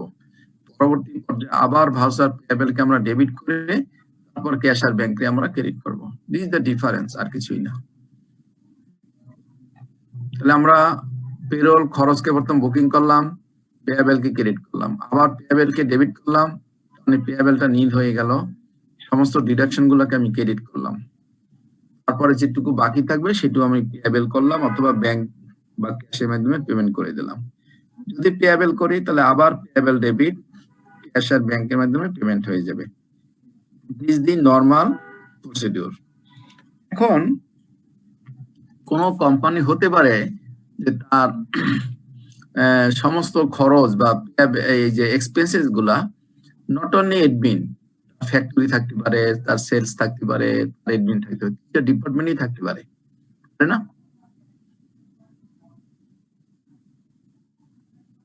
থাকে স্যার, বিভিন্ন ডিপার্টমেন্ট থাকতে পারে। যদি কোনো কোম্পানির এরকমের দেখা যায় যে তার অনেকগুলো ডিপার্টমেন্ট আছে এবং ডিপার্টমেন্ট ওয়াইজ সে বেতন হিসাব করে, তখন সেই ডিপার্টমেন্ট ওয়াইজ কিন্তু এই খরচগুলোকে আবার বুকিং করতে হবে। এখানে কিন্তু আমি কোনো ডিপার্টমেন্টকে বুকিং করিনি, আমি শুধু টোটাল বেতনকে ডেবিট করেছি, টোটাল বেতন ডেবিট করেছি, কিন্তু কোন খাতে কত সেটা কিন্তু আমি ডেবিট করি নাই। সো দ্যাট যদি আমাকে আবার কোশ্চেনে বলে দেয় খাত ভিত্তিক, তখন কিন্তু আমাকে খাতে যেতে হবে। খাতটা কি রকমের? তখন এই যে পেরোল এক্সপেন্সেস ক্রেডিট করে দিতে হবে। তো আমি এখানে ডেবিট করছি একবারে, তখন আমি তাকে ক্রেডিট করব, এই যে পেরোল এক্সপেন্সকে ক্রেডিট করে দেবো, দিয়ে আমি খাতে খাতে ডেবিট করে ফেলবো। যদি ফ্যাক্টরি থাকে ফ্যাক্টরি ডেবিট, যদি অফিস থাকে অফিস স্যালারি ডেবিট, যদি সেলস থাকে সেলস স্যালারি ডেবিট। মানে তিনটা খাত থাকবে, তিন খাতে আমি বেতনটা ভাগ করে দিলাম, দিয়ে আমি ওই যে যেটা এক নম্বরে পেরোল এক্সপেন্সেস কে ডেবিট করেছিলাম তাকে ক্রেডিট করে দিলাম। আর স্যার ব্যাপারটা কি এরকম যে কোম্পানির যে বিভিন্ন ডিপার্টমেন্ট ওয়াইজ যে বাজেট থাকে সেটা বাজেট ওয়াইজ ডিস্ট্রিবিউশন হয়ে যাচ্ছে স্যার? বাজেট থাকে, হ্যাঁ সেটা হতে পারে। তারপরে সে ডিপার্টমেন্ট ওয়াইজ খরচ কন্ট্রোল করে, সেটা হতে পারে। কোন ডিপার্টমেন্টে কত টোটাল খরচ সেটা দেখার জন্য হতে পারে, বিভিন্ন কারণেই হতে পারে। প্রোডাকশন কস্ট বের করার জন্য হতে পারে, ফিক্সড কস্ট, ভেরিয়েবল কস্ট বের করার জন্য হতে পারে, অনেক কারণেই তো হতে পারে। যে কারণেই হোক না কেন কোশ্চেনে তো আপনাকে বলেই দেবে যে টোটাল বেতনের ভিতরে আপনার ফ্যাক্টরিতে কত গেছে, অফিসে কত গেছে এবং সেলস এর সাথে কত জড়িত, যেভাবে বলে দেবে সেইভাবে ডিস্ট্রিবিউশন করবেন। মূল কথা হলো আমার হাইয়েস্ট জার্নাল হতে পারে কয়টা? 4টা স্যার। হাইয়েস্ট জার্নাল হতে পারে আমার 4টা। ঘুরে ফিরে যতই হোক সব হলো মূল হলো 4টা জার্নাল। প্রথম হলো খরচ debit, payable credit, payable debit, সমস্ত ডিডাকশন ক্রেডিট। আবার যদি পেয়েবল ক্রেডিট করি তাহলে আবার ডেবিট করবো, আর যদি না করি তাহলে ক্যাশ ক্রেডিট করে ফেলবো। তারপর হলো খরচগুলোকে আমি ভাগ করে ফেলবো। এই বুঝতে পারছেন সবাই? যদি এই চারটা জার্নাল আমরা এতক্ষণ আলোচনা করছি, এর বাইরে কিন্তু আর বেতনের কিছু নাই। সো দ্যাট শুধুমাত্র এখানে ফিগারটা বসাই দেবেন, প্রবলেম যাই আসুক। কাজে আমরা এখন প্রবলেম দেখব। 1 নম্বর প্রবলেমটা দেখেন, এখানে বলেছে following information relating to the payroll the week ended December 29। তার সপ্তাহ শেষ হয় কিন্তু ডিসেম্বর 29-এ, 29 তারিখ তার সপ্তাহ শেষ হয়েছে। Obtain from the payroll register and other records of Messrs. Reco Shop Industries Limited. Salary বলে দিচ্ছে, সেল স্যালারি কত, ওয়ারহাউস স্যালারি কত, অফিস স্যালারি কত। ডিডাকশন কি সেটা বলেছি, ইনকাম ট্যাক্স এত টাকা, সেভিংস বন্ড এত টাকা, গ্রুপ ইন্স্যুরেন্স এত টাকা। আদার deduction 10% contributory provident fund, that means CPF. Flood loan recovery of টাকা 5,000 including interest thereon of টাকা 400 for the month of December. অর্থাৎ ফ্লাড লোন, কোম্পানি থেকে ফ্লাড লোন নেওয়া হয়েছে, তার বিপরীতে সে 5,000 টাকা করে বেতন থেকে কাটবে এবং তারপরে ইন্টারেস্টও কাটবে 400 টাকা, 400 টাকা করে ইন্টারেস্ট এবং 5,000 টাকা করে ফ্লাডের লোন কাটবে। তারপর বলছে কি, তারপর বলছে যে 1% পদ্মা ব্রিজ কন্ট্রিবিউশন। পদ্মা যে ব্রিজ হচ্ছে সেখানে আপনার বেতনের 1% কেটে রাখবে। এখানে বলছে 1% পদ্মা ব্রিজ কন্ট্রিবিউশন, এর অর্থ কি বলতে পারেন? বেসিকের 1% স্যার। বেসিকের 1%, যার যা বেসিক 1%, আর কিন্তু কিছু এখানে বলে নাই, কাজে বুঝে নিতে হবে যে যার যা বেসিক তার 1% পদ্মা ব্রিজের জন্য কেটে নেবে। এখন আপনার কাছে চেয়েছে কি দেখেন, journal entry two record the payment of above payroll, উপরে যে বেতনটা সেটা পেমেন্টের জন্য জার্নাল দিতে বলছে। Journal entry two record the employers liability for CPF, কারণ এটা তো হলো সিপিএফ, যেহেতু এখানেই বলছে যে কন্ট্রিবিউটরি প্রভিডেন্ট ফান্ড, কাজে এমপ্লয়ি দেয়, এমপ্লয়ার তো দিবে, সেজন্য বলছে যে journal entry two record the employers liability for CPF, এই জার্নাল চেয়েছে আপনার কাছে। এখন সবাই তো একবার ভাবুন তো যে জার্নালগুলো কি হবে, তারপর আমরা সলিউশনে যাই। একবার নিজেরা একটু চিন্তা করেন, তারপরে আমরা সলিউশনে যাই। আমরা যে এতক্ষণ আলোচনা করেছি যে কিভাবে জার্নাল হবে, তার সাথে মিল রেখে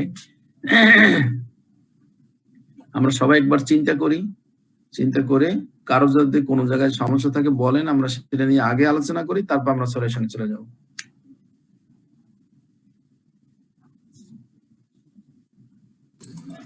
এখানে আপনার ইনকাম ট্যাক্স, এখানে 3টা ডিপার্টমেন্টের জন্য কি এটা টোটালটা, নাকি আপনার বা এই জিনিসগুলো কি রেশিওতে হবে কিনা? জি জি, যেখানে income tax, savings bond, group insurance এগুলি কি? হ্যাঁ, এই টোটালটার উপরেই 7,500, মানে টোটাল ডিডাকশন। আচ্ছা, 50, 10 এবং 18 টোটালটার উপরে ডিডাকশন। জি জি, এখানে স্যার কোনো রেশিওতে হবে না, না ডিপার্টমেন্ট, 3টা ডিপার্টমেন্ট কিন্তু এখানে আছে, এটা তো বলা নাই, তো যেটা বলা নাই সেটা নিয়ে তো আর রেশিও হবে স্যার। টোটাল ডিডাকশন কাটবেন 7,500, কিন্তু বলাই আছে ডিডাকশন কি কি কাটতে হবে, বলাই তো আছে। এবং আবার বলেছে journal entry two record the accrued salary of টাকা 5,000 ফর দি লাস্ট 2 days, কারণ কি বলেন তো?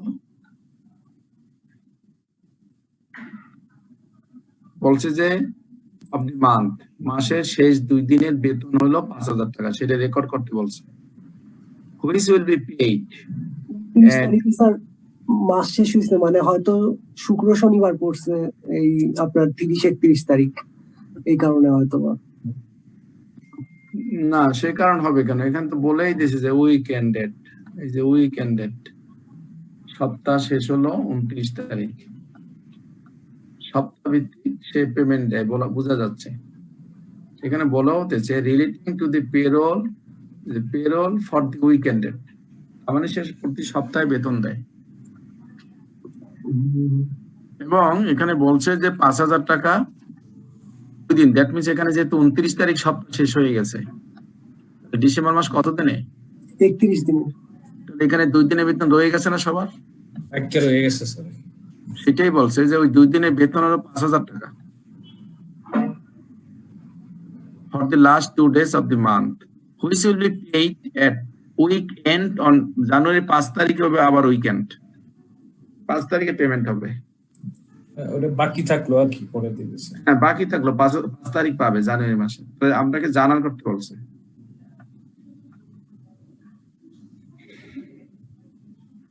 এটা কি না করাই দিলে সবাই পারবেন?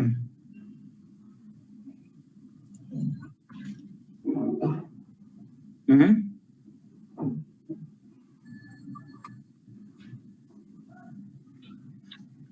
সাউন্ড নাই তো, কি ব্যাপার? স্যার প্রথম অঙ্ক তো একটু করা গেলে ভালো হবে স্যার, যদিও কাছাকাছি বুঝতেছি কিছু কিছু স্যার, তারপরে কিছু একটু কনফিউশন থেকে যাবে স্যার।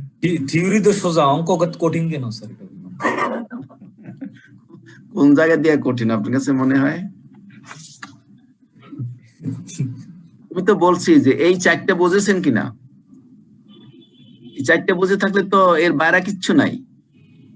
জি স্যার, সহজভাবে চিন্তা করলে সহজ। হ্যাঁ, তাই তো এই 4টা আমি তো এই জন্যই আগে যেগুলার ফরম্যাট দেওয়া সম্ভব ফরম্যাট দেই, যেগুলো জার্নাল করা সেগুলো এই যে ফরম্যাট দিয়ে দিচ্ছি, মানে এর বাইরে আর কিচ্ছু নাই। এই ফরম্যাটটা তো চিন্তা করেই দেওয়া হয়েছে যে অঙ্ক যত অঙ্ক আসুক এইভাবেই হবে, এইভাবে হিসাব করে গ্রস পে বের করব, এইভাবে হিসাব করে নেট বের করব, ডিডাকশন বের করব, আবার এই ওর জার্নাল গুলো এইভাবে করব, এই 4 ধরনের জার্নাল করব। সো দ্যাট আমরা তাহলে যাই সলিউশনটা যাই কিভাবে সলিউশন। দেখুন আমরা প্রথম জার্নালটা কি করলাম, সেল স্যালারি এক্সপেন্স ওখানে বলাই আছে তাই না, 50,000 টাকা। আমরা কোশ্চেন দেখে দেখে এখানে 50,000 টাকা বসাই দিলাম। সেল স্যালারি এক্সপেন্স যেভাবে বলা আছে আমরা সেইভাবে এক্সপেন্স হিসেবে ডেবিট করলাম। ওয়্যারহাউস বলা আছে 10,300 এবং অফিস স্যালারি 18,300। স্যালারি মানে বেতন, তাহলে আমরা 3টে বেতনকে ডেবিট করে ফেললাম, 3টা বেতনকে আমরা ডেবিট করলাম। এরপরে আমরা বলেছিলাম ফরম্যাটে বলেছিলাম যে এক্সপেন্সেস ডেবিট আর পেয়েবল ক্রেডিট, আমরা তাই করলাম। সমস্ত ওই 3টা এক্সপেন্সেস কে ডেবিট করলাম আর পেরোল পেয়েবল কে ক্রেডিট করলাম। এটা কি বুঝা গেছে না বোঝা যায়নি? জি স্যার, বুঝে গেছে। ওকে, তাহলে আমরা সবাই ফার্স্ট এন্ট্রিটা করে ফেলি।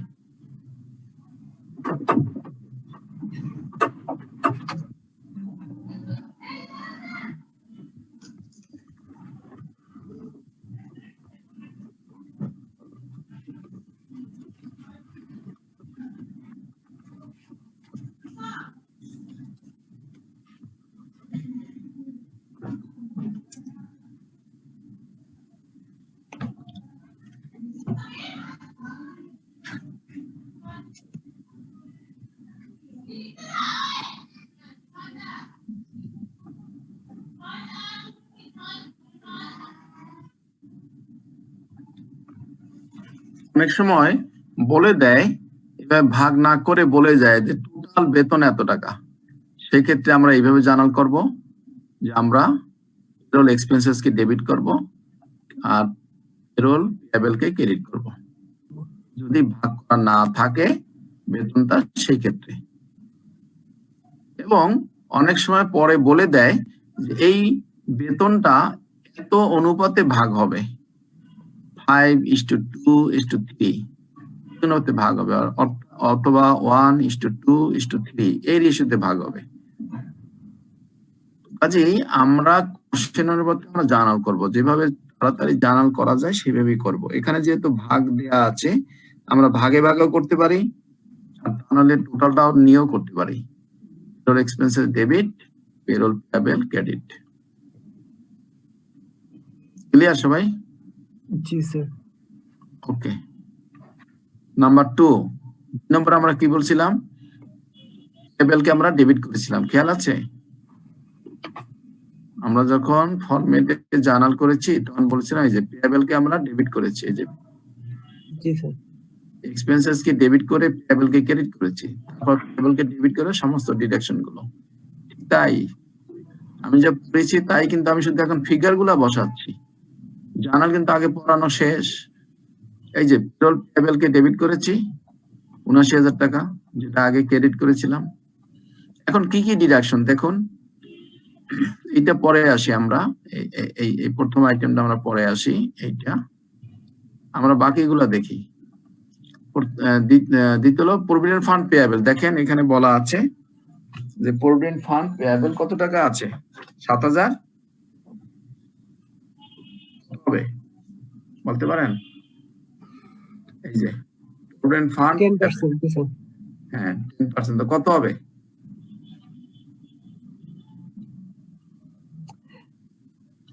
7,900 টাকা। 7,900। কারণ এখানে ধরে নিলাম যে সবগুলোই বেসিক, বেসিক। কারণ আমাকে তো ভাগ করে দেয়নি। জি স্যার। যেহেতু ভাগ করে দেয়নি, আমি তো ভাগ করতে পারতেছি না এর মধ্যে বেসিকটা কত। যেহেতু পারতেছি না, কাজে ধরে নিলাম যে পুরোটাই আসলে বেসিক।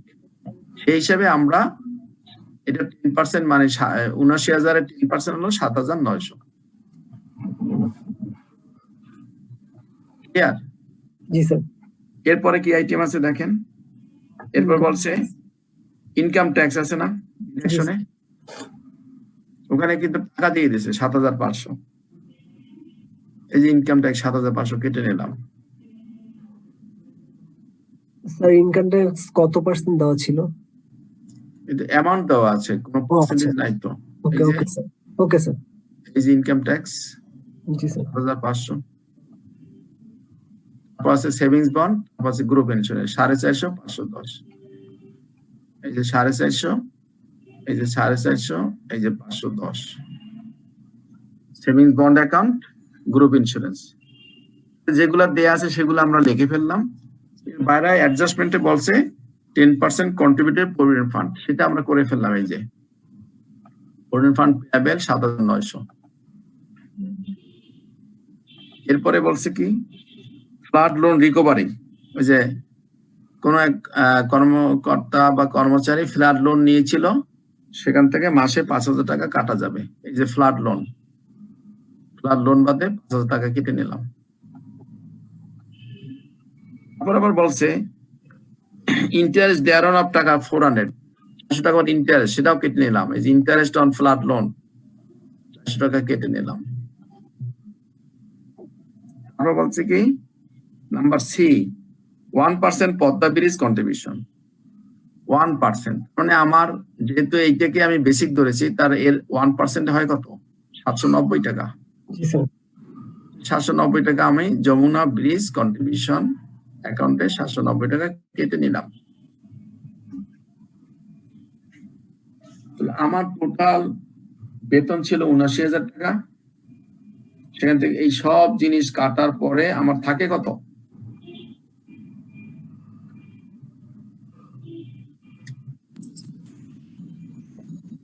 সব জিনিস কাটার পরে আমার থাকে কত? 56,450 স্যার। সেইটাই আমি প্রথম লিখেছি, আপনারা লাস্টও লিখতে পারেন, কোনো অসুবিধা নেই। আমি প্রথমে লিখে ফেলছি এই যে ভাউচার পেয়াবেল অথবা বলছি ক্যাশ অ্যাকাউন্ট। এন্ড কোশ্চেনে বলা নাই যে ভাউচার সিস্টেম কিনা, সেজন্য আমি দুইটাই লিখেছি বোঝার জন্য, either voucher system or cash. এখন যদি ভাউচার কোশ্চেনে বলা থাকে তাহলে ভাউচারকে আবার ডেবিট করে ক্যাশকে আউট করব 56,450। আর যদি বলা না থাকে তাহলে জানালটা এখানেই শেষ।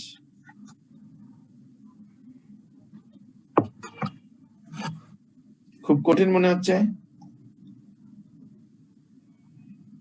না স্যার।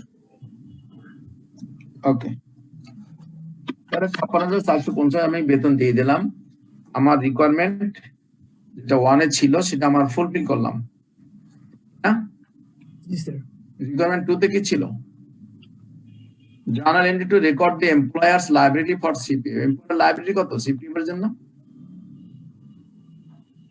সিপিএফ এর জন্য এমপ্লয়ার লায়াবিলিটি কত? 7,900 না স্যার? 7,900। যেহেতু এমপ্লয়ি দিয়েছে 7,900, কাজে এমপ্লয়ারও দেবে 7,900। তাহলে জার্নাল করেন, জার্নালটা কি হবে বলুন? Sales salary expenses. জার্নালটা এখানে হবে ওই এমপ্লয়ার পেমেন্ট যেটা, এটা ডেবিট হবে, ক্রেডিট টু এমপ্লয়ি। বলেন জার্নালটা বলেন। ফান্ড কোম্পানি যেটা পে এক্সপেন্স যেটা বা কোম্পানি দিবে এটা ডেবিট হবে, এমপ্লয়ির ক্ষেত্রে এটা ক্রেডিট হবে। পুরা জার্নালটা বলুন।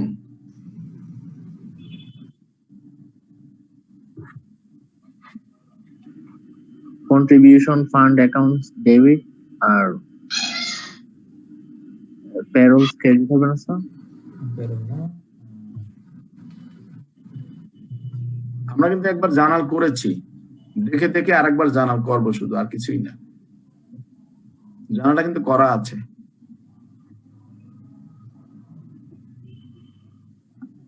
করা নাই?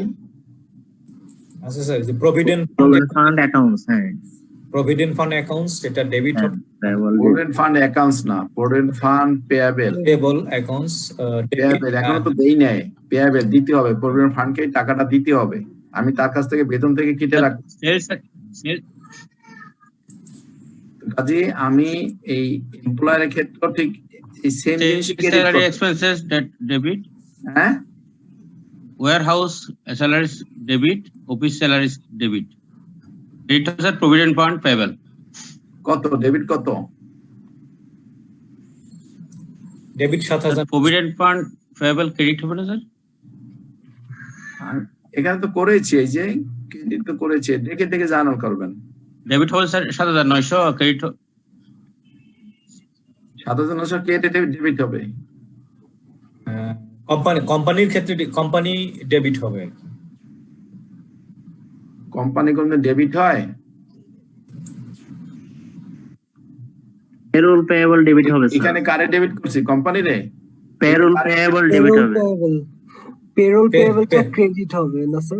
পেরোল এই যে পেয়েবল এক্সপেন্সেস, বেতন, পেরোল এক্সপেন্সেস ডেবিট আর প্রভিডেন্ট ফান্ড ক্রেডিট। এটাও তো এক ধরনের আমার খরচ, কোম্পানির জন্য এক ধরনের খরচ না? জি স্যার, খরচ। তাহলে আমার 2 নম্বর জার্নাল কি হবে? Sale salary expenses debit, warehouse salaries expenses debit, office salaries expenses debit. Total হলো যে 5000 টাকা, 1030 টাকা, 1870 টাকা। আর ক্রেডিট হবে যে প্রভিডেন্ট ফান্ড পেয়েবল। আমারটা হয়েছে নাকি না, নাকি আমারটা দেখে বলছেন? না স্যার, ঠিক আছে। তাহলে তো আপনারটা হয়ে গেছে। তার মানে সেল স্যালারি ওখানে ছিল 50,000, হলো 5000, 10%। ওয়ারাজ ওখানে ছিল 10,300, তার 10% সবগুলো 10%। অফিস স্যালারি ওখানে ছিল 18,700, 10% 1870, যোগ সবগুলো যোগ করলে 7,900 হবে provident fund payable. Employer's portion of PF, employer's portion of PF distributed হবে না, distributable।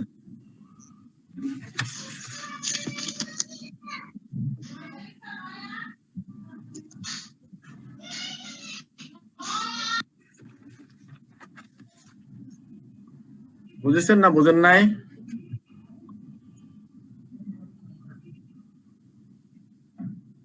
দুই নম্বর রিকোয়ারমেন্টটা কি সবাই বুঝেছেন?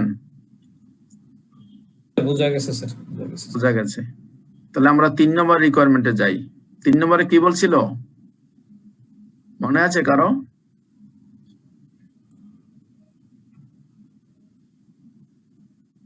ওয়ান 1% আপনার ব্রিজের জন্য ইয়াটা ওই যে কন্ট্রিবিউশন। কি ব্রিজের জন্য contribution? Sir accrued salaries last 2 days এর জন্য। রিকোয়ারমেন্ট 3 তে কি বলেছে, চেয়েছে কি? ও sorry sir, journal entries to records the accrued salaries of টাকা 5। করেন সবাই জানান।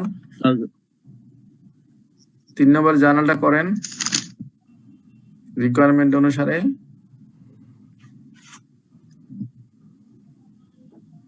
payroll account debtor, accrued payroll creditors. করেন সবগুলাই তো হবে তাহলে স্যার, মানে 4টা স্টেপই হবে। হ্যাঁ 5,000 টাকা হবে স্যার।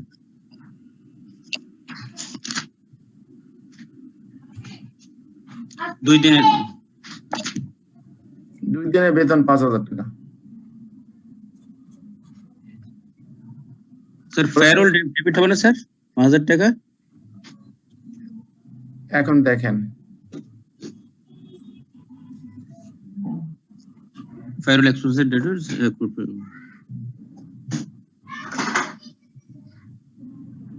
ঠিক আছে। কঠিন। কঠিন না স্যার, সহজ আছে স্যার, ডিরেক্টটা করলে ইজি হয়ে স্যার যাবে। 2 নম্বরের কোশ্চেনটা একটু দেখতাম, রিকোয়ার্ড এর কোশ্চেনটা স্যার একটু দেখতাম। কোশ্চেন তো আপনাদের আগেই পাঠানো হয়েছে। যে কোশ্চেন 2 নম্বর বলছে journal entry two record the employers liability for CPF. Okay sir. 3 নম্বরে বলছে 5,000 টাকা বেতন বাকি আছে 2 দিনের, জার্নাল করো।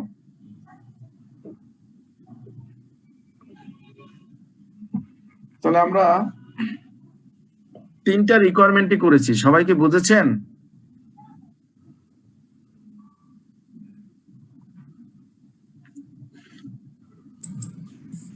ওকে ওকে সবাই যদি বুঝে থাকেন তাহলে আমি কিন্তু বুঝি না, আমাকে একটা প্রশ্নের উত্তর দেন।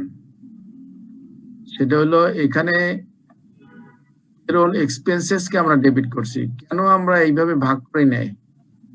এই যে salary, sale salary, warehouse salary, office salary.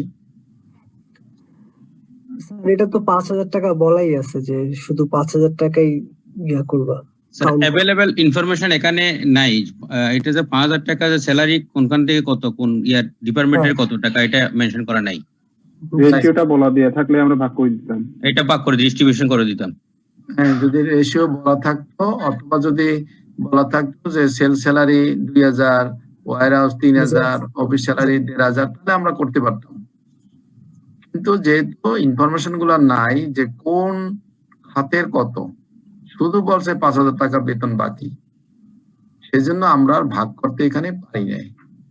যখন ভাগ করতে পারবো না তখন কিন্তু আমরা জার্নাল শিখিয়েছি। স্যার এটার জন্য নোট দিয়ে দিলে ভালো হয়নি স্যার?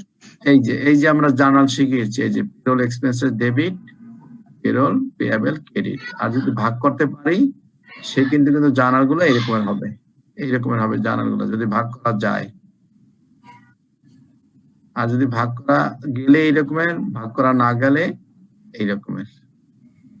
স্যার এটা একটা নোট দিয়ে দিলে ভালো হয়নি স্যার? এটা হ্যাঁ, নোট দিলে ভালো হয়, যে যেহেতু রেশিওটা বলা নাই অথবা কোন ডিপার্টমেন্টের কত বাকি সেটা বলা নাই, সেজন্য আমি টোটাল স্যালারিকে ডেবিট করেছি। ডিপার্টমেন্ট ওয়াইজ ভাগ করা সম্ভব হলো না। শেষ, তখন বুঝবে যে খাতা দেখবে যে না আসলে আপনার কনসেপ্ট ক্লিয়ার।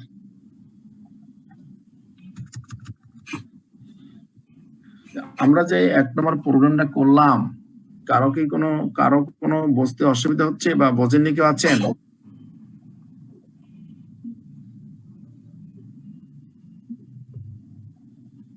রিকোয়ারমেন্ট 1 এর যে 3 নাম্বার জার্নালটা করছিলাম, জার্নালটার একটু ব্যাখ্যাটা আছে। রিকোয়ারমেন্ট 1 এর 3 নম্বর জার্নাল এটা? জি, এই ভাউচার পেয়েবল স্যার, যে 3 number voucher payable two cash back account, নিচের দিকে স্যার। এটা হ্যাঁ, এটার এক্সপ্লেনেশন, এটা পরেরটা sir. 3 number, G, payment of net payable. ঠিক আছে স্যার, থ্যাংক ইউ স্যার। ভাউচারটা নিচে থাকলেও মনে হয় আমাদের জন্য আমার কনসেপ্টটা একটু ক্লিয়ার হবে। সবগুলি বাদ দেওয়ার পরে এটা ভাউচার অ্যামাউন্টটা সবার নিচে যদি হয়। Clear sir. যদি ভাউচার সিস্টেম হয় তাহলে এই জার্নালটা করবেন, আর ভাউচার সিস্টেম না হলে এই জার্নালটা করার দরকার নাই। স্যার ডাইরেক্ট হবে তখন। আমরা এখানে কোশ্চেনে বলা নাই, আমি করেছি যাতে আপনারা কোশ্চেনে বলা থাকলে আবার ঘাবড়াই না যান। স্যার কোশ্চেনে বলা থাকলে এই জিনিসটা কিভাবে বলা থাকবে sir? Company follows the voucher system. Thank you sir. Company এখানে দেখেন কিছু বলে নাই, এখানে কিচ্ছু বলে নাই, খালি শুধু জার্নাল চেয়েছে। আর ওখানে বলবে যে company follows the voucher system. Sir আমার কিছু বলে নাই, কিন্তু আমি এর পরেও ভাউচার সিস্টেম করে দিলাম, আমার কি অঙ্ক ভুল হবে স্যার? ভুল হবে না, একটা এন্ট্রি বেশি করতে হলো আর কি। আমি তো করেছি আপনাদের বোঝানোর জন্য। বুঝতে পারছি স্যার। কিন্তু আপনি পরীক্ষা হলে করবেন কি করবেন এটা আপ টু ইউ। আপনি আপনি ভালো লাগলে করবেন, ভালো না লাগলে করবেন না। ওকে, আমরা 2 নম্বর কোশ্চেনে যাই। এখানে বলেছে the wages and salaries of 4 employees of Tusuka Incorporation for the month of October 2015 are given below. এখানে 4 জন আর বেতন দিয়ে দিয়েছে, একজন ওয়ার্কার, একজন ফোরম্যান, একজন অফিস ক্লার্ক, একজন সেলসম্যান, এবং কার কত বেতন বলে দিয়েছে, বেসিক কত, ওভারটাইম কত, বোনাস কত, হলিডে পেমেন্ট কত, কমিশন কত, ডিডাকশনও বলা আছে, ইনকাম ট্যাক্স কত, প্রভিডেন্ট ফান্ড কত, এমপ্লয়ার্স কন্ট্রিবিউশন কত সেটাও বলে দিচ্ছে। আপনার কাছে চেয়েছে কি প্রিপেয়ার এ পেরোল রেজিস্টার, একটা রেজিস্টার করতে বলতেছে for the month of October, October মাসের 15 তারিখে অক্টোবর 2015 বেতন দেওয়ার জন্য একটা রেজিস্টার তৈরি করতে বলছে। তারপর বলছে show journal entry for recording payroll, its payment and deduction. 3টার জার্নাল চেয়েছে। পেরোল কিভাবে রেকর্ড করবেন, বেতনটা কিভাবে রেকর্ড করবেন, কিভাবে পেমেন্ট দিবেন এবং কিভাবে ডিডাকশন করবেন, সেই জার্নাল চেয়েছে। আর প্রথমটা বলেছে যে বেতনটা তুমি তৈরি করো, একটা রেজিস্টার মেনটেন করে রেজিস্টারে একটা বেতনটা তৈরি করো, তারপর ওইটা দেখে দেখে জার্নাল গুলো করো। আমরা কি রেজিস্টার তৈরি করতে পারবো? এই 4 জন মানুষের বেতন দেবো, তার একটা রেজিস্টার ওপেন করব, কিভাবে কত গ্রস পে হয়, কত নেট পে হয়, সেভাবে একটা হিসাব করে একটা রেজিস্টার মেনটেন করব, ওপেন করব।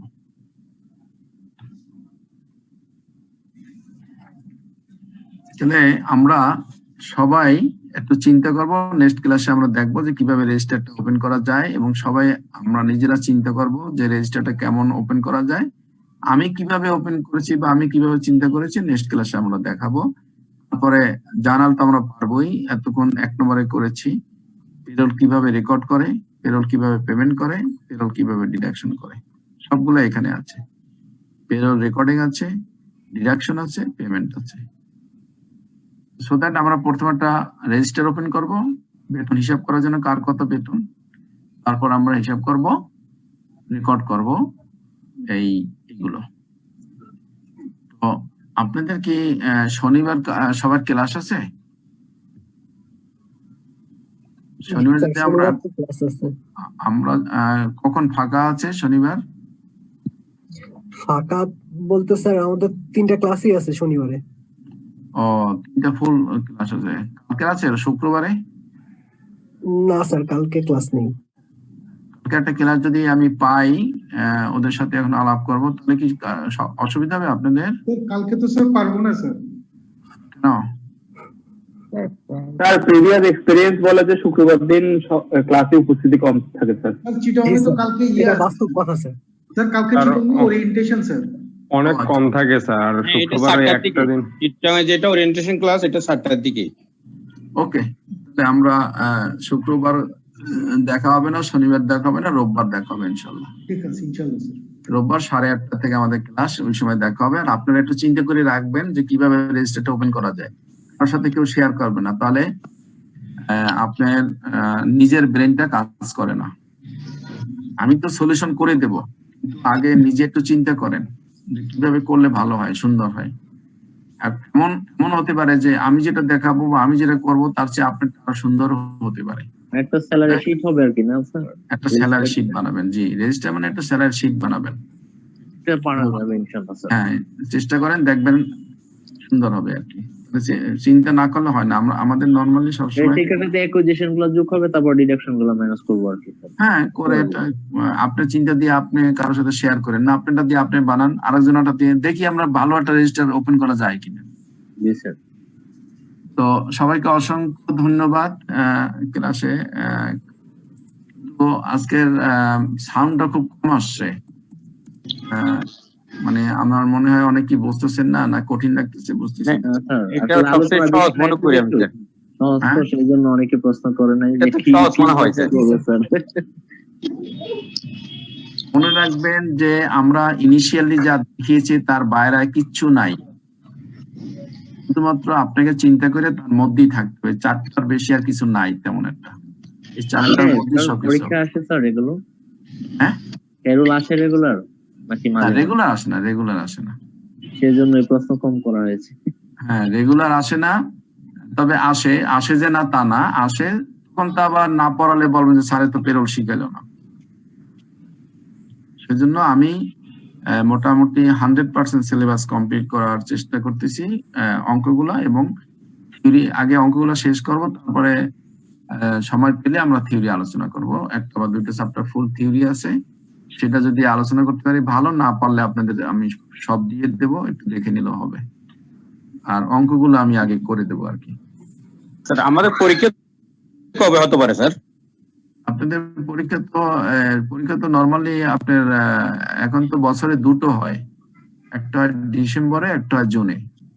জুনের ওই শেষ দিয়ে হয়, ডিসেম্বরের শেষ দিয়ে হয়। যেমন 21 দিন আগে একটা পরীক্ষা শেষ হয়ে গেল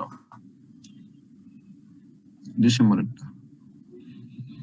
তো সবাই আশা করি আমি যা পড়াচ্ছি যদি বুঝে থাকেন, ইনশাআল্লাহ পরীক্ষার প্রিপারেশন নেওয়া খুব বেশি একটা কঠিন হওয়ার কথা না। স্যার যেটা শেষ হয়েছে সেটা তো জুনের, তাই না স্যার? হ্যাঁ হ্যাঁ হ্যাঁ, তো ডিসেম্বরটা কি আপনার কখন হতে পারে? করোনার জন্য একটু মনে হয় এই আকপিস হয়ে গেছে আর কি। নরমাল হলো জুনে আর ডিসেম্বরে পরীক্ষা হয় আর কি। আমরা ইনশাআল্লাহ রোববার সবার সাথে দেখা হবে। সবাইকে অসংখ্য ধন্যবাদ। জি স্যার, আসসালামু আলাইকুম।